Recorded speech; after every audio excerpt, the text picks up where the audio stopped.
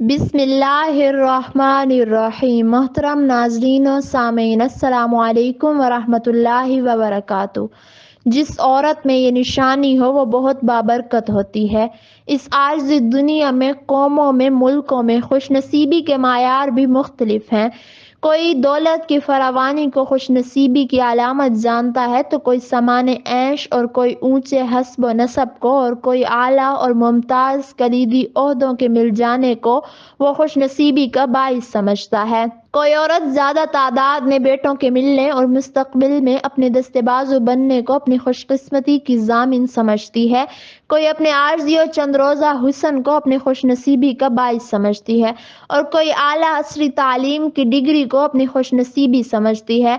ایسے بھی اور بہت سے معیار رہے اس دنیا کے حصوں میں جن کو خوش نصیبی کا ضامن اور سبب جانا جاتا ہے، جبکہ حقیقت اس کے برعکس ہے۔ لیکن ناظرین، یہ بات یاد رکھنے کی ہے کہ دین اسلام کی تعلیمات پر عمل کر کے ہی ایک عورت خوش و خرم رہ سکتی ہے، اور اس طرح اس عورت کے گھر کے لوگ بھی۔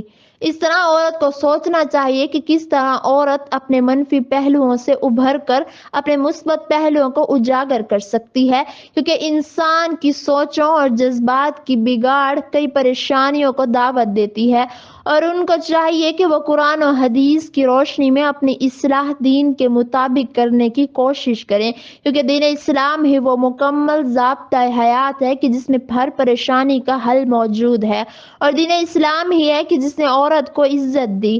دین اسلام نے ہی عورت کو اس کے مقام و مرتبے سے فیض یاب کروایا، ورنہ زمانہ جاہلیت میں جو سلوک عورت کے ساتھ ہوتا تھا تو اب تک عورت کا نام و نشان بھی نہ ہوتا۔ یہ دین اسلام ہی ہے کہ جس نے عورت کو اس کے مقام سے روشناس کروایا اور اسے اس معاشرے میں عزت دی، اور ہر پہلو کے لحاظ سے عورت دین اسلام سے ہی رہنمائی حاصل کر سکتی ہے، اور دین نے عورت کے لیے جو ہدایات کی ہیں اگر عورت ان پر عمل کرے تو یہ معاشرہ بہتر سے بہترین بن سکتا ہے، کیونکہ ایک عورت ہی اس معاشرے کو عروج تک پہنچا سکتی ہے، اور عورت کو چاہیے کہ وہ اپنے جذبات کو صحیح سمت میں رکھ کر اقدام اٹھائے۔ تو ناظرین، عورت کی وہ کون سی نشانیاں ہیں کہ جو ایک خوش نصیب اور بابرکت عورت میں پائی جاتی ہیں؟ نبی کریم صلی اللہ علیہ وآلہ وسلم نے فرمایا کہ ایسی عورتیں بابرکت اور خوش نصیب ہوتی ہیں: نمبر 1، جن عورتوں کی طرف رشتہ بھیجنے اور رشتہ منظور ہونے میں آسانی ہو۔ نمبر 2، اس کا مہر آسان ہو، یعنی بہت زیادہ پیچیدہ نہ ہو۔ نمبر 3، اس کے ہاں بچوں کی پیدائش میں آسانی ہو۔ جن عورتوں میں یہ نشانیاں پائی جاتی ہیں وہ بہت ہی بابرکت ہوتی ہیں۔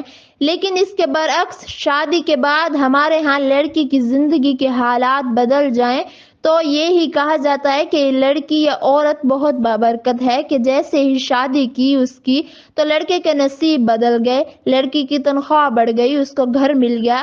ہم ایسی بہت سی باتیں سنتے ہیں اور شاید ہم نے ایسی مثالیں اپنی آنکھوں سے ہوتی ہوئی دیکھی ہیں، لیکن یاد رہے نبی کریم صلی اللہ علیہ وآلہ وسلم نے جو نشانیاں فرمائی ہیں حقیقت میں وہی خوش نصیب عورت کی نشانیاں ہیں اور بابرکت عورت کی نشانیاں ہیں۔ یاد رہے کہ جب ہماری شادیاں آسان اور سادہ ہوں گی تو نوجوان لڑکوں اور لڑکیوں کی شادیاں وقت پر ہوں گی، لیکن جس طرح سے ہم شادیوں کو مشکل بناتے ہیں کہ اونچے اونچے محل ڈیمانڈ کرتے ہیں، بڑی بڑی شرائط رکھتے ہیں، اس سے شادیاں مشکل ہوتی جا رہی ہیں، اور اس طرح شادیوں میں فضول خرچی اتنی زیادہ ہوتی ہے کہ اللہ کی پناہ۔ شادیوں میں رسومات پر فضول پیسے خرچ کیے جاتے ہیں، یہ اللہ کو ناراض کیا جاتا ہے، کیونکہ اللہ تعالیٰ کو فضول خرچی پسند نہیں، اور پھر بعد میں یہ شکوہ ہوتا ہے کہ گھر میں پریشانیاں ہیں۔ ظاہر سی بات ہے جب اللہ کو ناراض کیا جائے اور شادی کو اسلام کی تعلیمات کے خلاف کیا جائے گا تو گھر میں پیار و محبت اور برکت تو نہیں آئے گی۔ اس لیے ضروری ہے کہ ہم رشتوں میں پیار و محبت کا درس دیں، نہ کہ مادیت اشیاء کو۔ ناظرین، ایک عورت کسی کام سے گھر سے باہر نکلی تو گھر کے باہر 3 اجنبی بزرگوں کو بیٹھے دیکھا، تو عورت ان 3 بزرگوں سے کہنے لگی کہ میں آپ کو جانتی نہیں، لیکن مجھے ایسا لگتا ہے کہ آپ لوگ بھوکے ہیں، آپ لوگوں کو کھانے کی ضرورت ہے، چلیں آپ میرے گھر چلیں، اندر چلیں، میں آپ کی بھوک کا بندوبست کرتی ہوں اور آپ کو کھانا کھانے کے لیے دیتی ہوں۔ تو ان بزرگوں نے پوچھا کیا گھر کا مالک گھر میں موجود ہے؟ تو اس عورت نے کہا کہ گھر کا مالک تو موجود نہیں۔ تو ان بزرگوں نے کہا کہ اگر گھر کا مالک گھر میں موجود نہیں تو ہم گھر کے اندر نہیں آ سکتے، کیونکہ یہ طریقہ بہتر نہیں ہے۔ اور پھر رات کو جب اس کا خامند گھر آیا تو اس عورت نے ساری بات کی خبر اپنے خامند کو دی۔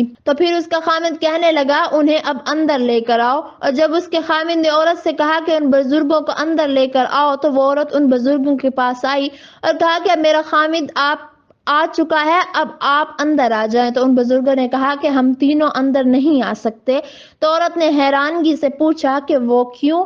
تو ایک بزرگ نے یہ کہتے ہوئے اس عورت کی وضاحت پیش کی کہ اس کا نام مال ہے، اور پھر اپنے دوسرے بزرگ ساتھی کی طرف اشارہ کیا کہ اس کا نام کامیابی ہے، اور پھر تیسرے بزرگ ساتھی کی طرف اشارہ کیا کہ اس کا نام محبت ہے، اور یہ کہتے ہوئے اپنی بات مکمل کی۔ اور اس عورت کو بزرگ نے کہا کہ جاؤ اب اپنے خامند کے پاس جاؤ اور جا کر اپنے خامند سے مشورہ کرو کہ ہم تینوں میں سے کون اندر آ جائے۔ عورت گھر چلی گئی اور جا کر اپنے خامند کو سارے معاملے سے آگاہ کیا۔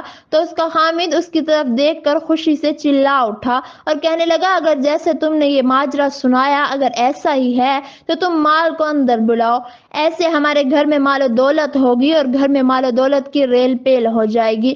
تو عورت نے اپنے خامند کی طرف دیکھتے ہوئے اپنے خامند کی اس بات پر اختلاف کرتے ہوئے کہا کہ کیوں نہ کامیابی کو دعوت دیں۔ میاں بیوی کی یہ باتیں سن کر ان کی ایک بہو گھر کے کونے میں بیٹھی ان کی یہ باتیں سن رہی تھی، تو اس نے جلدی سے اپنی رائے دی کہ کیوں نہ ہم محبت کو اپنے گھر بلا لیں، اس طرح ہمارا گھرانہ پیار و محبت سے بھر جائے گا اور ہم لوگ ہنسی خوشی رہیں گے۔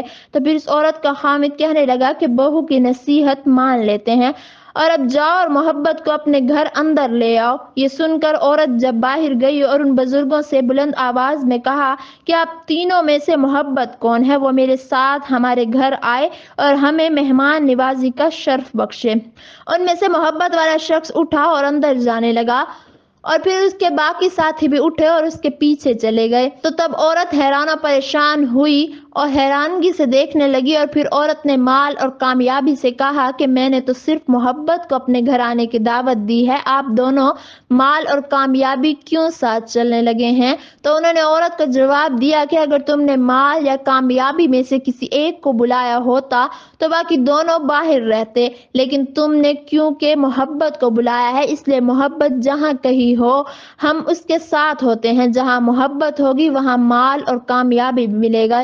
تو ناظرین اپنے عزیزوں اور اپنے ساتھیوں کے دلوں میں محبت پیدا کریں، اس طرح آپ ایک کامیاب شخصیت کے مالک بن جائیں گے۔ یاد رکھیں کہ اگر آپ محنت کے ساتھ ساتھ لوگوں سے محبت سے پیش آئیں تو آپ کی مثال اس چراغ کی طرح ہے جس کے گرد لوگ اندھیرے میں اکٹھے ہو جاتے ہیں۔ تو معلوم ہوا کہ اصل دولت محبت ہے، جہاں رشتوں میں پیار و محبت ہوگا وہاں پر مال و دولت اور کامیابی و کامرانی خود بخود جگہ بنا لیں گے۔ حضرت علی رضی اللہ تعالی عنہ سے ایک شخص نے پوچھا کہ خوش نصیب عورت کی نشانی کیا ہے؟ تو حضرت علی رضی اللہ تعالی عنہ نے فرمایا کہ خوش نصیب ہے وہ عورت کہ جس کا شوہر اس پہ غصہ کرے اور اس سے ناراض ہو، اور یہ عورت اپنے شوہر کا ہاتھ پکڑے اور کہے کہ میں تو مرتے دم تک تمہارا ساتھ دوں گی اور تمہیں چھوڑ کر کبھی نہ جاؤں گی، اور اپنے گھر کی لڑائی کا ذکر کسی اور سے بیان نہ کروں گی، اور وہ عورت نے اپنی اولاد کی تربیت ایسے کرے کہ لوگ اس پر فخر کریں۔ تو یاد رکھیں کہ روئے زمین پر اس عورت سے زیادہ خوش نصیب عورت اور کوئی نہ ہوگی۔ تمام عورتوں کو چاہیے کہ اس روایت کے مطابق اپنے اندر ایسی آسان فہم خوبیاں پیدا کرنے کی کوشش کریں اور اپنا شمار خوش نصیب عورتوں میں کروائیں۔ اللہ سے دعا ہے کہ اللہ ہمیں دین کی سمجھ عطا فرمائے اور ہمیں سیدھے راستے پر چلنے کی توفیق عطا فرمائے۔ آمین ثم آمین۔